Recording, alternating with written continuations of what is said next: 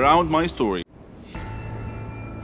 My life has taught me that each one of us has more than one face. And there are faces that are much worse than our nightmares. My name is Susan, and the story I will tell you needs to understand my reasons before judging me. When I was in school, I was one of the celebrities that all the kids wanted to be with, including Josh, one of the school bullies, who was obsessed with me and tried to get close to me in every way. But I could not, because I had always rejected him. But also, this was not my reality, which I hid because my family was very poor, and I was embarrassed to show them to my friends or to anyone. And at that time, I became in relationship with my friend Max.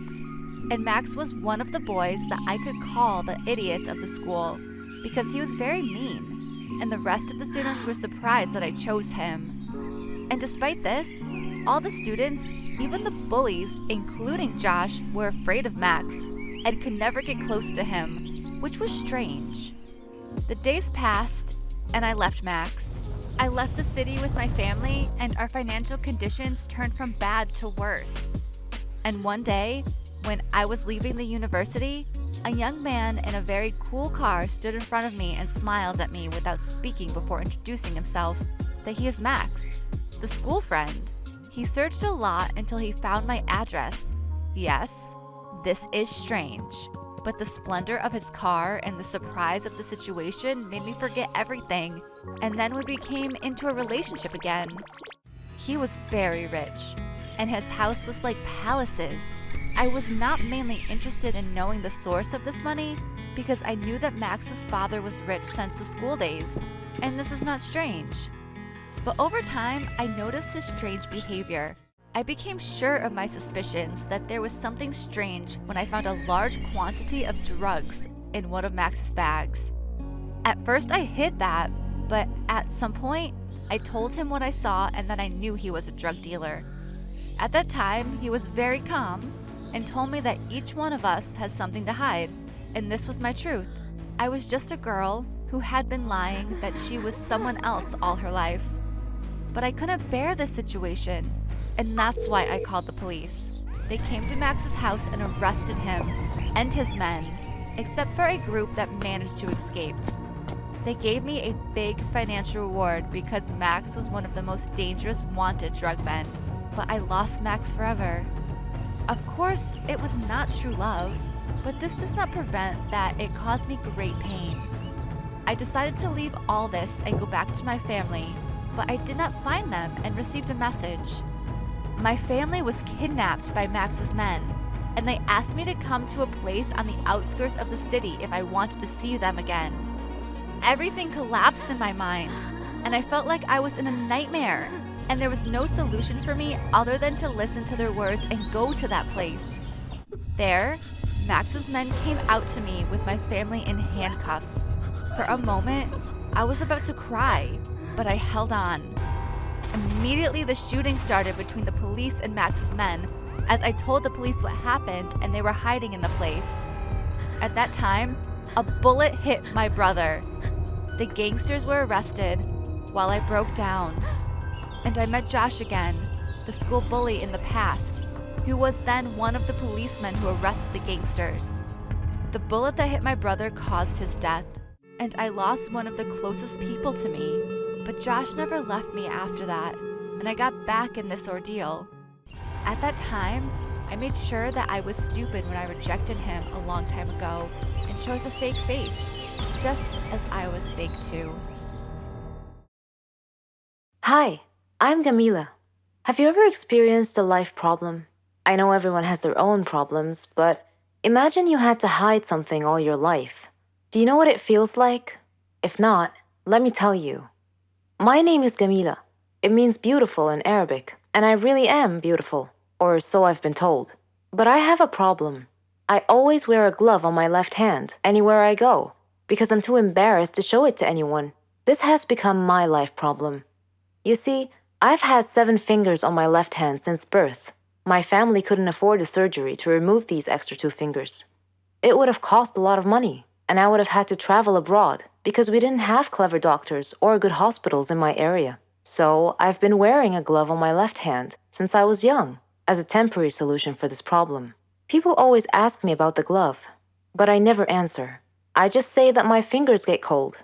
You would see me in the summer wearing a short, sleeveless blouse and a glove on my left hand. There were a lot of things I had to give up because of my hand. Once, I wanted to play gymnastics. My mom was okay with it, so I went to many places to train, but they all refused to accept me because of my seven-fingered hand, which they considered to be a problem.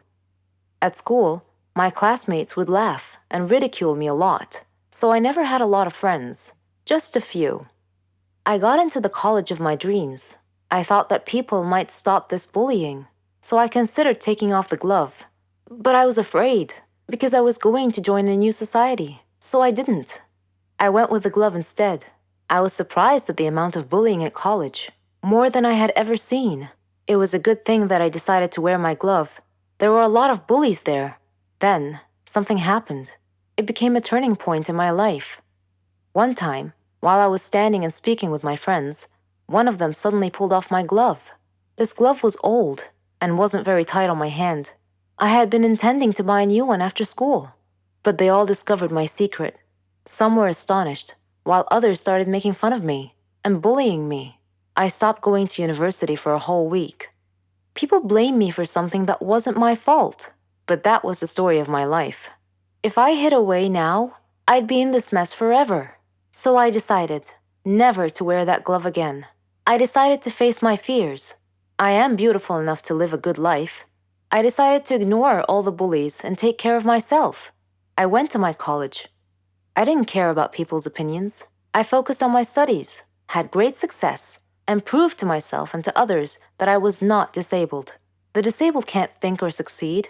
Later, when I was attending a lecture by a famous doctor, he noticed my hand and offered to operate on it and make it look normal. This surgery would be the first of its kind in my country, and I accepted. When I saw my hand after the surgery, I couldn't believe myself. Bullying can ruin people's lives, but as they say, no one can make you feel inferior without your consent. I don't really like Indian movies because the actors are always overreacting, and the movies are not logical at all. But this is just my personal opinion. However, I've discovered that there are stories stranger than Indian movies. Let me give you a real-life example. I'll tell you a story about a young woman named Samantha. Samantha was a beautiful girl with blonde hair and green eyes. She lived with her grandmother after her parents died in a horrible car accident. The whole country read about it. She had many friends, and all the neighbors liked her. They considered her the most beautiful girl in town. Many had proposed to her, but she didn't care much for them. One day, Samantha was walking alone down the street after visiting one of her friends. Suddenly, she had an eerie feeling that someone was following her.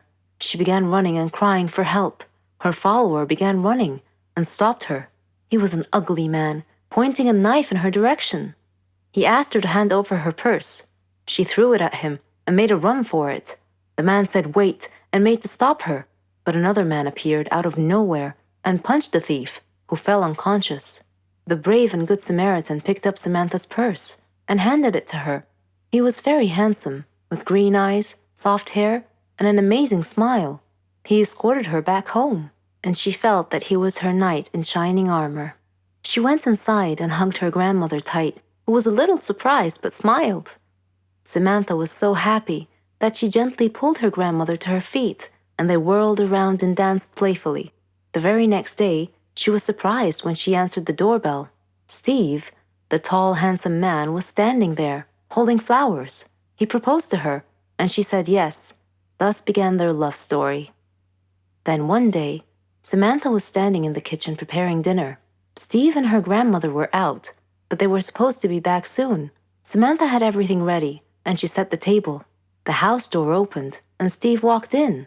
Samantha went to greet him, but she felt dizzy and fainted. Steve quickly took her to the hospital.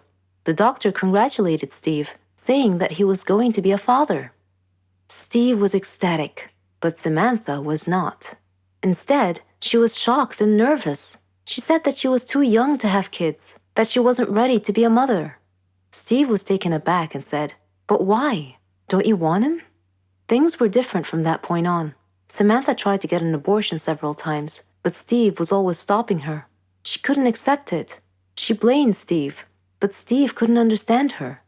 In her 7th month of pregnancy, Samantha was with her grandmother at the supermarket when she saw a small boy run onto the road. Fearing he might get run over by a car, Samantha quickly pulled the boy off the road to safety. The boy's mother saw what happened and thanked Samantha, feeling so grateful and relieved. Samantha was crying at the moment and replied, "No need to thank me. I'm going to be a mother like you soon." For the first time, she was beginning to feel real affection for the baby. "Forgive me," she silently thought to herself. She tried to contact Steve many times to tell him that she had finally accepted. She was ready to become a mother, but he never responded. Finally, the day had come. Samantha went to the hospital to give birth. After the surgery, she was very tired.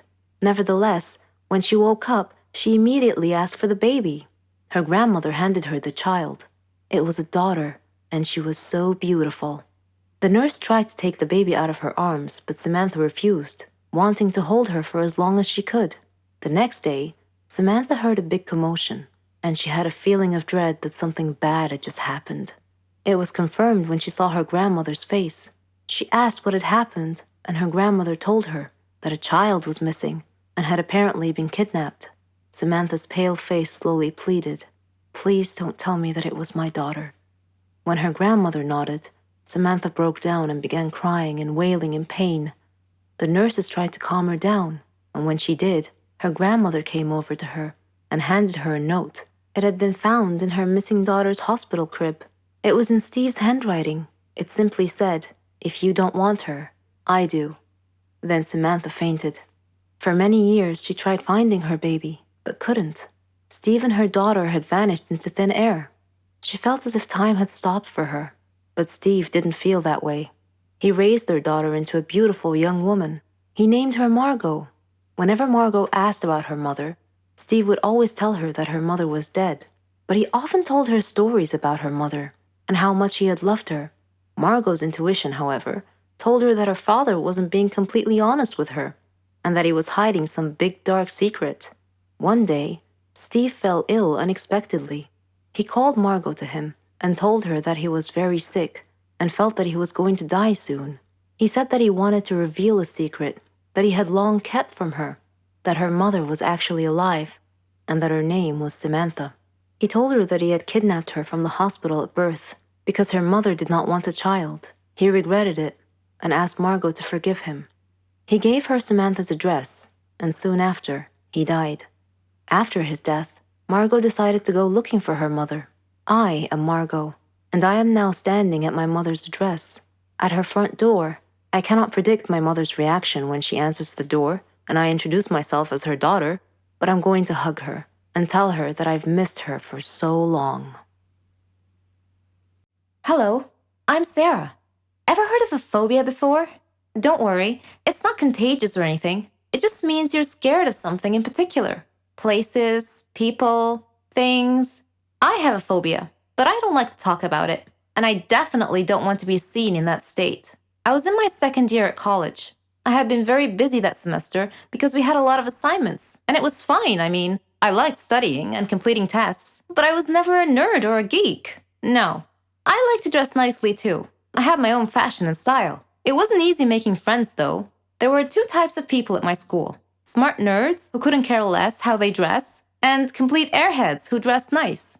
I didn't fit in either one of those groups, so I basically kept to myself until one day I got assigned to do a task with a girl and a boy, Jane and Kyle. They didn't look nerdy at all, and I thought to myself, oh great, looks like I'll be doing all the work. But when we started talking about the project, they didn't just sit there or toss ridiculous retorts. All 3 of us were having an actual conversation about the topic. I was so thrilled. It finally seemed like I belonged somewhere. We became friends and did everything together. We could tell each other anything. Well, not everything. I had one secret from my friends. I never told them I had a phobia. Anyway, a year later, Jane moved to Germany with her parents. She was going to finish college there. So it was just Kyle and I now. All through college, we were the best of friends. We even did our graduation project together. On graduation day, Kyle and I were supposed to go out for dinner. He wouldn't tell me where, said it was a surprise. And what a surprise it was. He had picked the highest tower in the whole city to eat dinner at the very top. I don't have a problem with high places in particular. In fact, I'm sure I'll love the view if I ever make it to the top. No, I had a problem with the elevator. A phobia, to be precise. So we were standing at the base of the tower, and Kyle was happily listing all the great features and restaurants up there, but I didn't hear any of it. I was too busy fretting, frozen to the spot, desperately trying to find a way out of the situation. I couldn't say no to Kyle, who was all excited to go up the tower, so I clenched it in and tried my best to stay calm. We got in the elevator, and the doors shut. I couldn't control what came after that. I was terrified, screaming and shouting hysterically, banging on the walls, then falling to the ground. Of course, I don't actually remember any of it. Kyle told me later on. The last thing I remember was the elevator doors shutting close. When I came to, I was at the hospital. Kyle was sitting by my bed looking worried. When he saw that I woke up and that I was feeling fine, he started laughing at me, saying, "Why didn't you tell me you had a phobia?" I felt ridiculous and started laughing too. And then, out of nowhere, he proposed. It was his plan all along, although he pictured it at the top of the tower. All that happened 3 years ago. We're married now, and we have a baby girl. I'm being treated for my phobia. It's not completely gone, but I'm way better now. Apparently, hiding my problems never solves them. I'll have to face them, sooner or later. I am addicted to food. I suffer a lot. I need help. I've tried to give up, but I fail every time. Hamburgers. Who can give up eating hamburgers, especially with barbecue sauce? I didn't mind this kind of addiction, but I'm getting ahead of myself. Let me begin by introducing myself. I am Patricia, 15 years old, living with my parents and my brother. I lead a quiet life. No interests, no hobbies, except for eating, that is. Food is my faithful friend. It never leaves me. It is my partner, my soulmate. But having food as your soulmate has insidious side effects. A dark side, if you will. It denies me a healthy life, robs me of the energy to play, and causes me to sleep excessively. I would much rather stay at home with a bag of potato chips than go out and exercise. My soulmate ultimately betrayed me, though, last Thanksgiving at my granny's home. She lives in a state nearby. Granny was a clever doctor, and an excellent cook at that. She could conjure up something really delicious. On that day, she had prepared barbecue turkey with nuts and other secret recipe ingredients. The taste was so great, as if it had descended from heaven itself. I felt like I was fighting a food war, and I had to win at all costs. I ate and ate and ate. I don't know why, but I just couldn't control myself. I attacked that turkey like it was the last on the planet. But every culinary war with a worthy adversary, such as the barbecued turkey, has its own unique type of casualties. Suddenly, I found myself unable to breathe. I fell to my knees and passed out. The turkey had won. I woke up later in the hospital, though, still clinging to an unfinished turkey leg. The doctor told me that I was gaining way too much weight. He said that I should be put on a diet. Diet? Man, how I hated that word.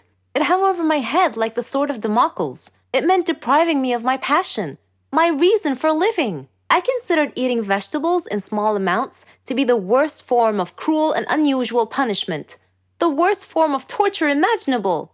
Imagine thinking of a wonderful, greasy, cheese-laden pizza with all the toppings and then suddenly opening your eyes to find a healthy green salad bowl. But I had reached a turning point in life. One day, my brother was playing on the street, while I was sitting at home gazing longingly at a tempting piece of cheesecake, just sitting there, taunting, daring me to eat it. I struggled mightily to resist the urge, but in the end I succumbed and wolfed it down like a starving animal. Shortly afterwards, I began feeling dizzy, but I was unable to call for help this time, and then I passed out again. I was taken to the hospital. While lying in the hospital bed, half conscious, I overheard the doctor say to someone, "She needs to stop eating or it will be the death of her." I thought to myself, whoa, death? So I made up my mind right then, right there. I resolved to fight a new war, a war against my appetite. On our way back home, I told my father that I wanted to see a nutritionist. He was delighted to hear that. Later, at the clinic, the doctor welcomed us in. She told me how to overcome my eating fetish. She gave me a strict diet regimen with a schedule full of healthy meals. I kept telling myself that winning this war was possible. I simply had to be patient and persevere. I stuck to the strict diet and did some physical workouts. My parents supported me wholeheartedly. I was enthusiastic. I can totally do this. A week passed quickly, and I eagerly visited the doctor to receive some good news. When the doctor weighed me and told me that my weight hadn't changed at all, I was crestfallen. She looked at me and asked me, how was this possible? I told her I didn't know, because I was following her diet thoroughly, though it did require a tremendous effort on my part. Another week passed, and again I went to the doctor. The results were the same. She said to me, Patricia, are you sure you're following the diet I prescribed for you? I said yes. She sat there wondering. Then she told me with a puzzled look on her face, it's odd, but your weight is increasing, not decreasing. This unexpected piece of news mystified me. Another week passed. No change. The doctor was nonplussed. I returned home with a dejected look on my face. My father asked me what was wrong. When I told him, he laughed. Do you believe that? My father actually laughed at my predicament. I was furious. He gestured an apology with his hand and then told me that it was my own fault. I was puzzled. What are you talking about? He told me that I had been sleepwalking to the refrigerator every night and eating everything in sight. I was taken aback. I couldn't believe it. Stop acting like he didn't know it, he said. You must have been awake. I replied, no, father, I'm not acting. I was truly unaware that I've been sleepwalking and eating in my sleep. But now that we've finally solved the mystery of the increasing weight, we returned to the doctor with this new information and told her the situation. She laughed and told me that my discipline had denied my body the food it craved, but my brain had refused to cooperate and had overridden my will by urging me to eat in a subconscious state. She told me not to worry, though, that she could treat that. Armed with this knowledge and her support, and the support of my family, I felt that I could finally win this war. Hello, my name is Kate. Now I'm going to say this. I am by no means a saint, and the only reason I brought this up is later in the story. So, I dated this guy in high school for 2 years. He was the love of my life, and I planned on marrying him. His dad became super controlling, and eventually he forced us to break up. He immediately got into a relationship with another girl, and I moved on. Later on, I met this guy who, we will call Max, and he was a mix between country and scene. He liked artists like Lil Peep, and also was in love with horses. He had a girlfriend who lived across the country, but we stayed friends. They eventually broke up, and naturally, we both grew closer. Dear God, I regret ever saying yes to going out with him. The first 2 months, they were constant fighting. He wanted us to visit his ex-girlfriend because she was failing college and addicted to coke while we were together. He would sometimes text her while he was at my house or while we were at dinner, but eventually he quit. The next few months were okay at best. He would constantly start fights with my male friends and even assumed I was cheating on him with one friend who at the time did have a crush on me. But I'm a very loyal person who went as far as to put more of my time into hanging out with my boyfriend than my friends. Eventually, we went on a cruise and he got high with a group of girls and kissed one of them. I cut it off and went on to date others. So, he texted me 3 months after breaking up, saying he wants to talk and apologize for what he did. I was still in love with him, so I agreed and we set up a time for when he could come over. I knew instantly when he pulled into my driveway that I was going to regret ever responding. There was no hug, no I miss you, none of that. Instead, he walks up to me, looks me in the eye and says, I want to get this out of the way. I've dated a lot of people since we broke up. Yeah, nothing wrong with that. I mean, I did the same when we broke up. So, I kind of agreed to being just friends and never go back to talking about getting back together for now. But then comes the bullshit. He calls me one night and says, hey, I want to get back with you. Because honestly, Wandering around is boring, and I don't want to jump into things instantly. And I was wondering if dating without labels would be okay with you. When I asked him to elaborate, he replied, as in, I can still go to dinner with other girls, you can go to dinner with other guys, and we'll see what happens. Needless to say, I hung up without saying a word. Told him thanks, but no thanks. You are not who you used to be, and I'm not interested anymore. Bonus chapter. He stopped a few weeks, but he would periodically send me pictures of him at parties or on dates with other girls or pictures of his private areas. Anyways, ever since he has been blocked on everything, but I just thought I would share this with you. This is a shout out to every girl out there. Please find someone that's worth your love and affection, not someone who wants to play with it. Don't we all feel special sometimes? I grew up in an orphan house. I'm not trying to pretend that there was anything special about it, but I grew up with this nagging voice inside my head telling me how special I am and that my life will eventually turn upside down. It turned out I was not being delusional or anything. What happened to me was every foster child's dream. If only I knew what my future held for me. My mom, dad, and twin sister committed suicide in 1992. I was saved by my extended family only to get abandoned later. I was disowned not because two of the wealthiest families in the city couldn't raise me, but because I was a curse for their reputation. My mom and dad were not married, and that brought them so much shame until they took their own lives. Fast forward few months later, one day I woke up at a children's home.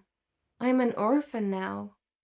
I have absolutely no memories of my parents or even my twin sister, but I do remember my extended family very well. They gave me up when I was 6 years old. My uncle is an extremely rich businessman. He was never really bad to me. In fact, he put me in what you can call a fancy home. Although he promised to visit me every weekend, he never did. I was put in a medium-sized room with 4 other girls, Rosaline, Claire, Bella, and me, Rachel. They were all dressed in clean nightgowns, but they were all the same color, pale green. Mrs. Milton, our guardian, gave me a similar gown to put on. It felt as if I was admitted into kids' military.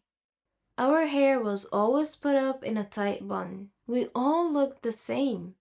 Mrs. Milton was not the kindest person you could come across, but she wasn't evil either. The house was divided into 2 sections, one for the boys and one for the girls. The only time we met the boys was in the outside building, which was some sort of a school. We took a few classes every day, and to be honest, we had some really good teachers. I always sat next to a boy called Nate. I thought he was super smart, and he always helped with my math homework because numbers were never really my field of expertise. We eventually became really good friends. Whenever I went back to the room, all the girls were too occupied with their toys, and they were all good friends already. It felt like I was an outsider. However, a few months later, I became the alpha of the group.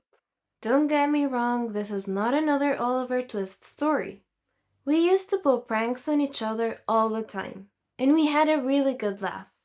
I mean, being in a foster home is not exactly a vacation, so we made the best out of a bad situation. When the girls would go to sleep at night, I would go fake sleeping until Mrs. Milton had gone to sleep as well. Then I would stare out that tiny, teeny window and start counting the stars one by one. I named one after my dad, one after my mom, one after my twin sister, and finally, one after Nate. I would stay up all night long daydreaming until I fell asleep. Mrs. Milton would wake us up around 6 a.m. to have breakfast and go to class. It went on like that for years and years. Every day seemed exactly like the other, except on the weekends, which wasn't really much of a weekend. It only meant we were allowed to eat dessert. I have always been an extremely curious little girl, and the reason Nate and I grew so close was because he was a curious boy as well. We had no idea about the outside world. We had so many unanswered questions, and sometimes we would make up answers to tame our brains. The girls had relatives visiting them during the weekend, but I would stay in my room. Sometimes I cried, and sometimes I shut my eyes close and tried to imagine what my mom looked like. One day during science class, Nate asked me who visits me on the weekend. I never said anything back. I pretended that I didn't even hear him. But in a moment of extreme confusion and sadness, I wrote something down on a piece of paper and passed it to him. It said, "Let's get out of here." We were 12 years old at the time. I didn't care about the consequences at all. All I cared about was getting outside of here and exploring what was happening in the outside world. I wanted to go back to my uncle, even if he didn't want me. Nate looked at the paper, folded it into half, and he freaking swallowed the paper, and he just nodded his head at me. I wasn't sure what he meant by the nod until at midnight. While I was looking at the stars I befriended for years now, I heard the slip of a paper under the door. I quickly got up and the paper said, "Meet me at the school building in 5 minutes." I slowly opened the door and ran downstairs. Nate and I stood there awkwardly, not knowing what to do. We started discussing a runaway plan. But seriously though, what could two kids do to escape a fully guarded huge building? We were smarter than any of you would think. For the next week, we studied every movement happening around the place. When security guards changed their shifts, which teachers left class early, we even memorized the times when Mrs. Milton had to use the bathroom. We had a solid plan. At the end of the week, on Friday, we had history class, and the teacher always left a few minutes early. At the same exact time, security guards changed their shifts, and Mrs. Milton took about 3 to 4 minutes to come downstairs and walk us back to our rooms. That was it. That was the moment I have been looking for all along. We passed by the guard's back and we ran and ran like there was no tomorrow. After a few blocks, we were out of breath. We were two kids dressed exactly alike with no money and no place to go. But we couldn't stop, not after we finally did it. We kept on walking and walking until it was night. I looked up at the sky and I could not believe my eyes. The sky had endless stars. I let my hair down and got rid of that stupid bun I've had for years. I decided that Nate and I could go into a shop and ask for a suitable job that could offer us a place to live and food. Yes, I was that smart, and I still am. So we went into a grocery store owned by an old lady. We told her our story, and what she said back was, "I need to call the police." And so we begged and cried and begged, and the lady had a big heart. She offered us some sandwiches and said we could help deliver groceries around the block. We immediately agreed. Nate and I had to sleep on a blanket inside the store every night. It was not a great situation, but we loved that sense of freedom. We felt like we were hero kids with superpowers. We stayed with the old lady for what seemed like a year. If you haven't guessed it by now, I was in love with Nate. I had our wedding planned inside my head, and although he never said anything back, I knew he loved me even more. One day we heard that old lady talking to an officer who was looking for two lost kids. We grabbed all the cash we could and ran through the back door. I know it's inconsiderate to rob the woman who provided for us, but there was no other way. We quickly stopped the cab and asked the driver to drive as far as possible. He gave us a weird look, but when we showed him the money, he started driving. At this point, Nate held my hand for the first time ever, and he said, "We'll be okay." I felt my heart melt to the ground, but traffic noise brought me back to my senses. The cab driver was driving funny, but none of us was really familiar with driving, so we never really paid much attention. I looked at Nate and he said, "We need to find my uncle. He's rich, he can help. You can hide in my room. Or he can even adopt us, I don't know." My voice was shaky. Nate replied and said, "Hey, calm down. I promise we're going to be fine. Rachel, we have each other. This is all that matters. And I will help you find your uncle." I didn't hear the rest of his words. I woke up in a hospital bed. I screamed at the top of my lungs. A nurse came in and I said, "Who are you? Why am I here? I need to leave right now. Where's Nate?" The nurse gave me a pill and some water. She said, "Calm down. You'll be fine. Your friend is fine. You got into a car accident. What's your name?" I pushed her hand away and refused to take the pill. "My name is Rachel and I need to see my friend right now." The nurse just left me. Then an officer came in. He started asking questions and I kept asking to see Nate. I never answered any of his questions. I asked him to call the nurse again and she came back. I asked her to help me sit straight because I could barely feel my legs. Maybe I'd been sleeping for too long, I don't know. She just stood there. I looked down and I didn't have legs. What happened?" I asked. "The accident happened, Rachel," the nurse replied. "Now I'm a crippled orphan?" No, that couldn't be true. I'm not sure why, but I was super calm. And I asked, "What happened to my friend?" "He is okay. Where are your parents?" I stared up at the white ceiling and never said anything back. I don't know how, but it was suddenly next day morning and the officer woke me up.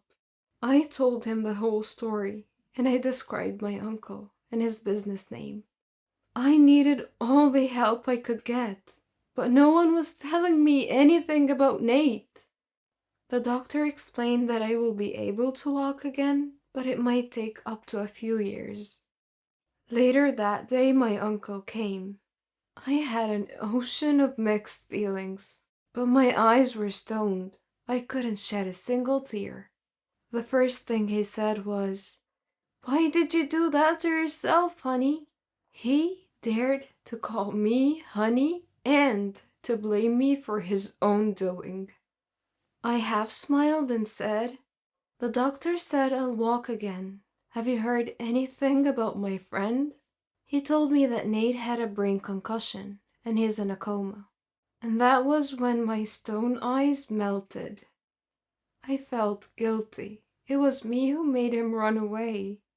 If it wasn't for me, maybe he would have been fine now. "Uncle Todd, could you please call in the doctor for me?" I asked. The doctor was very understanding. Although he did not have a full picture of what was going on, he explained to me that Nate will be fine, and I believed him. My uncle paid for my surgery and for Nate's stay as well. How confusing.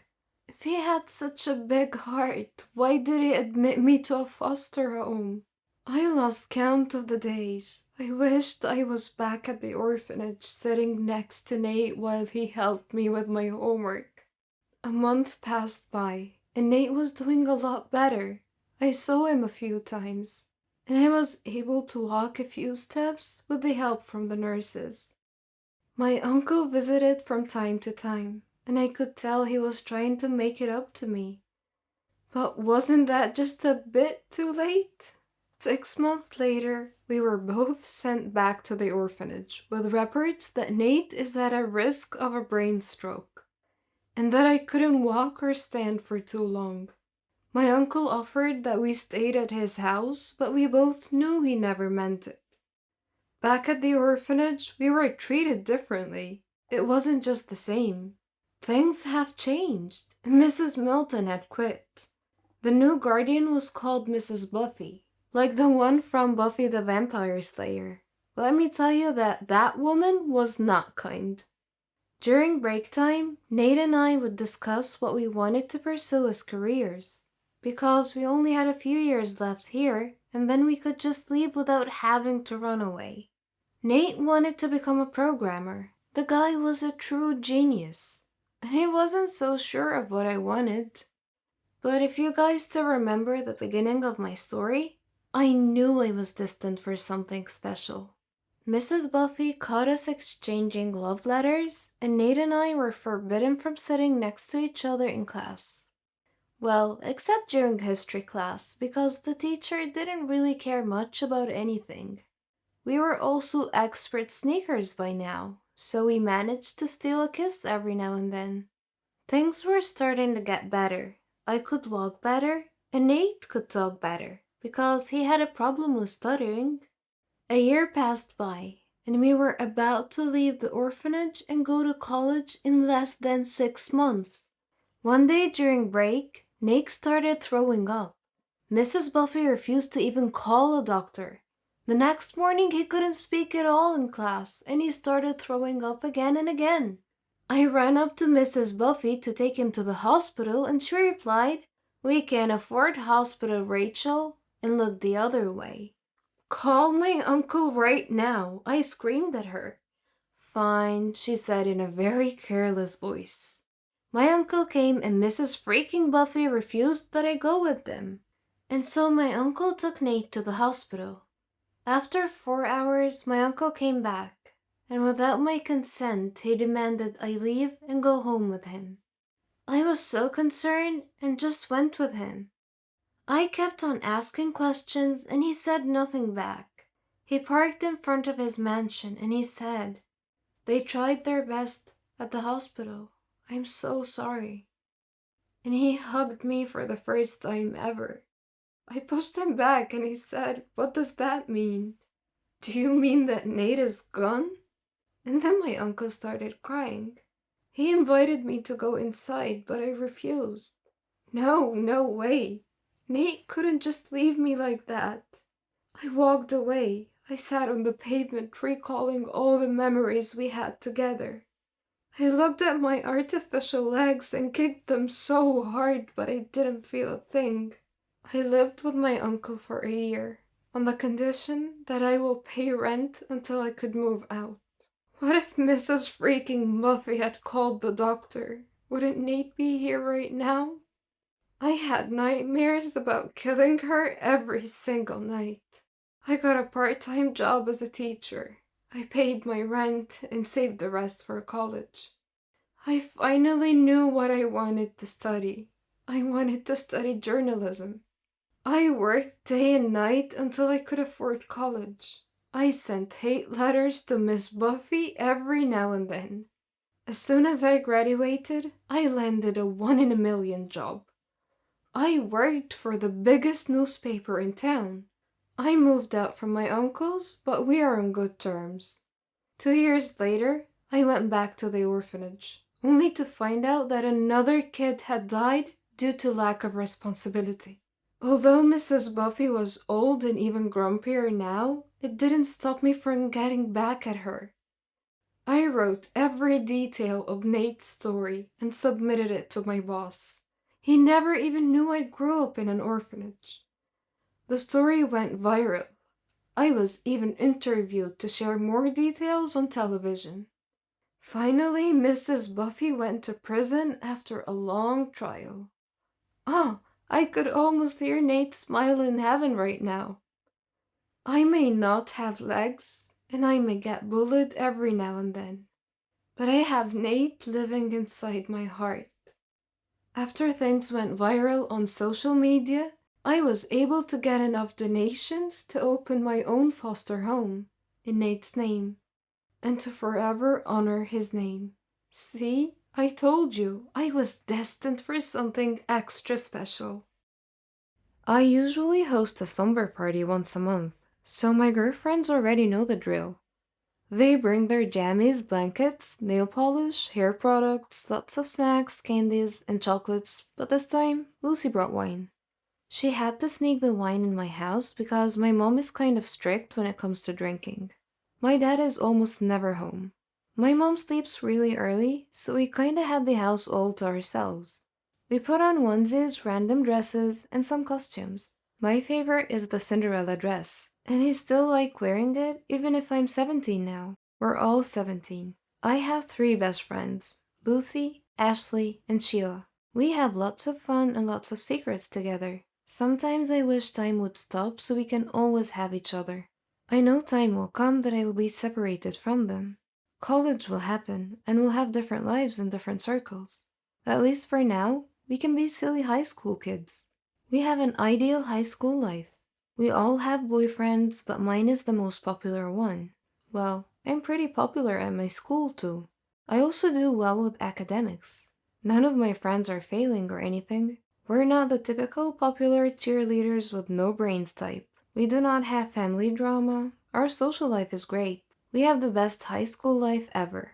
While dancing and partying all night, Lucy came up with an idea. She said, "Let's play Truth or Dare." We got giddy because we know the night is going to get crazy.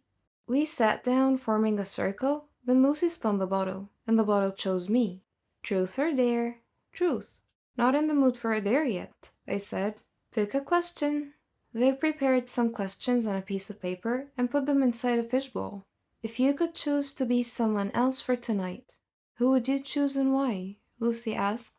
I just laughed and said, "What a lame question. I don't want to be anybody else. I'm awesome. I have an awesome life." Cheers to that, they said. The night passed and I woke up in the middle of the night because I felt like someone was watching me, but when I woke up, no one was around. I don't know how, but my feet just started moving. I walked like I was trying to follow something or someone. My gut feelings are trying to bring me somewhere. Then, in the middle of the darkness in our backyard, I swear I heard footsteps. I felt a sting on my left shoulder. Something poked my shoulder. I removed it. I guess it's a tranquilizer? And then I passed out. From here on, listen carefully because I guarantee you're going to love this story. It's like a movie, and I cannot believe that this thick plot is actually my life. I tried putting together the stories that happened while I was gone, and someone else was being me.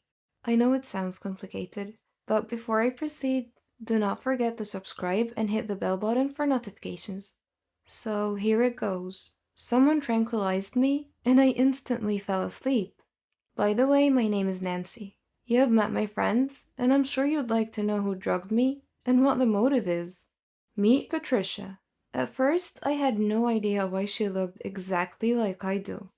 I thought I was dreaming. Before passing out, I asked her who she was. She told me that her name is Nancy. She was obviously messing with me. Then she told me that her name is Patricia, and that she is my twin, and she would love to be Nancy instead. What? I did not believe her because I don't have a twin sister. My mom and dad would never keep any secrets from me. Or would they? She said that she was kept by our parents in a mental institution a couple of hours away from our town, ever since we were 3. I just realized that I have no recollection of any kind of memories when I was only 3 years old. At first I thought, wow, is this really happening? I just think I watched too much TV. But this is reality. How did it happen? Let me tell you how it happened. Well, at first, she tranquilized me while I was asleep. I think she had other people with her who dragged me into a pickup, covered my mouth, tied me up, and blindfolded me. And then they brought me into a dark basement, I think. I'm not sure, because when I woke up, everything was just a blur. I only saw her face. I thought I was looking in the mirror. She told me everything that I needed to know. Well, her version of the story. I was shocked, but I would like to know my mom and dad's version of the story as well. Patricia told me that they got her locked up in a mental institution with special care. My mom did not like the idea, but eventually agreed when Patricia looked at her and said, "Daddy's next." I got the chills, but she never told me the reason why she ended up in the mental institution. She has been following me ever since we were 14 years old.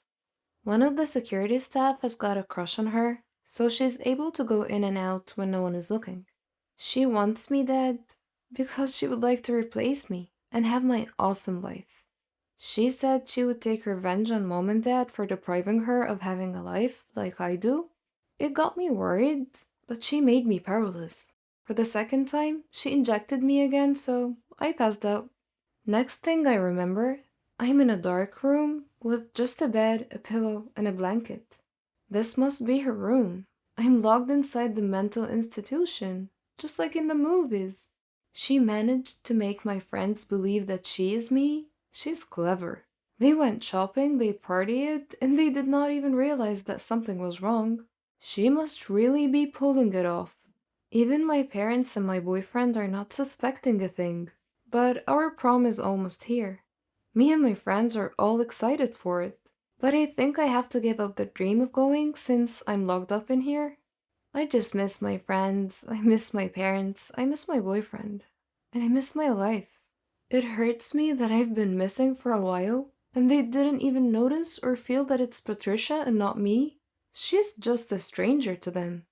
After 1 week, I made friends with the security staff. They kept on asking why I was so kind and polite to all of them. I tried to tell them the truth, but they just made me drink some medicine because they thought I was hallucinating.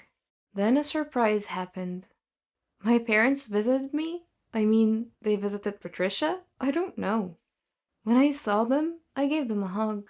I miss you. I'm so glad you're okay. Are you guys hurt or anything? My mom answered, Honey, why would we be hurt? I know my mom would believe me. My dad's judgment is not always the best. Mom, this is me, Nancy. She switched us. She tied me up and she hurt me. And then my dad interrupted. Enough, Patricia. Dad, I am Nancy. I said enough. You've pulled this trick before, and why on earth do you think this is going to work again? I pleaded so hard, but my dad threatened that they would leave if I still insist. So I just cried. I love my dad, but he's never around, so no wonder we don't have a great relationship. I wonder if he even knows when my birthday is. I mean, our birthday. But then again, I don't want to judge him. I know he's just trying to be tough. But I looked at my mom. I can see in her eyes that she truly feels sorry for me, whether she thinks I'm Nancy or Patricia. Honey, I know things haven't been great, but a promise is a promise. A promise? Yes, we will not break our promise, which is when your doctor says you're ready to go, we will bring you back home. I cried and I had a meltdown. I just couldn't help it. Mom, I am Nancy. Please believe me, please. My dad ordered the staff to drag me out of their sight, but when they tried to grab me by my arms, I resisted, so my shirt got torn apart, baring my shoulders. My parents saw this, and they were shocked. My mom pointed on my left shoulder. Well, I had this weird birthmark on my left shoulder. Maybe they recognized it. My mom looked at my dad and said, She is Nancy. My dad told the staff to leave us alone to talk. He gave me a hug and said, I'm sorry. How did this happen? Why are you here? When did you meet your twin sister? My mom said. I told them how Patricia executed her plan, but I asked them how they knew it was me. They looked at each other. My dad gave my mom a slight nod as if saying it's time to let me know. When you were 3, I left you and Patricia upstairs to play. When I got back, I saw you on the floor with a pencil stabbed on your left shoulder. We saw Patricia holding a hammer, and your head was also bleeding, which resulted in loss of your memories. We thought you were dead. My mom did not finish the story. She started crying while leaning on my dad's chest. My dad continued, The doctor said that if we wasted just a couple of seconds more, you might not be with us. And he let out a sigh. I have an uncle with the same situation as Patricia. The genes must have passed on to her. I'm sure that there's something wrong with her. So even at a young age, we made a special program for her to be admitted here. We had high hopes that she will become normal. I absent-mindedly responded, You recognized me because of the scar on my shoulder? I thought it was just a weird birthmark. What are you gonna do with Patricia now? Mom and Dad went home and proceeded to my room right away. Patricia didn't know that my parents are aware of what happened. They gave her a hug. My parents apologized to her.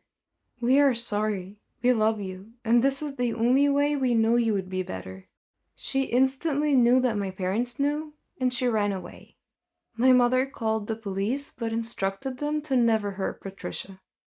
Patricia is a very smart girl. She went to a party with Lucy, Sheila, and my boyfriend. She told them, I have a twin sister and she's trying to kill me. They just all laughed at her. Then I arrived, but instead of making things better, it validated her statement. Oh my goodness, there's two of you? My boyfriend said. I said, guys, it's me, Nancy. Do not believe her, I'm Nancy, she's my evil twin, Patricia said. Come on, this is me, we all grew up together. I said, then I looked at my boyfriend. Babe, you seriously didn't know it wasn't me? Babe, don't listen to her, Patricia said. Can someone prove who the real Nancy is, please? Sheila said. I had no choice but to reveal the secrets we have just to prove that I am the real Nancy. My friends got convinced in no time. They all ran to my side and were afraid of Patricia. Instead of helping, my boyfriend Marco, he ran away. Seriously, I think you should break up with him, Patricia told me. Then to our horror, she pulled out a gun and pointed at us. We all gasped. I enjoyed having your life and I'm trying to make it permanent. Oh, by the way, you got accepted to Harvard, but I think I'll be the one going there instead. She pulled the trigger, but surprisingly, Marco jumped in front of the bullet. Turns out he just left to call the police.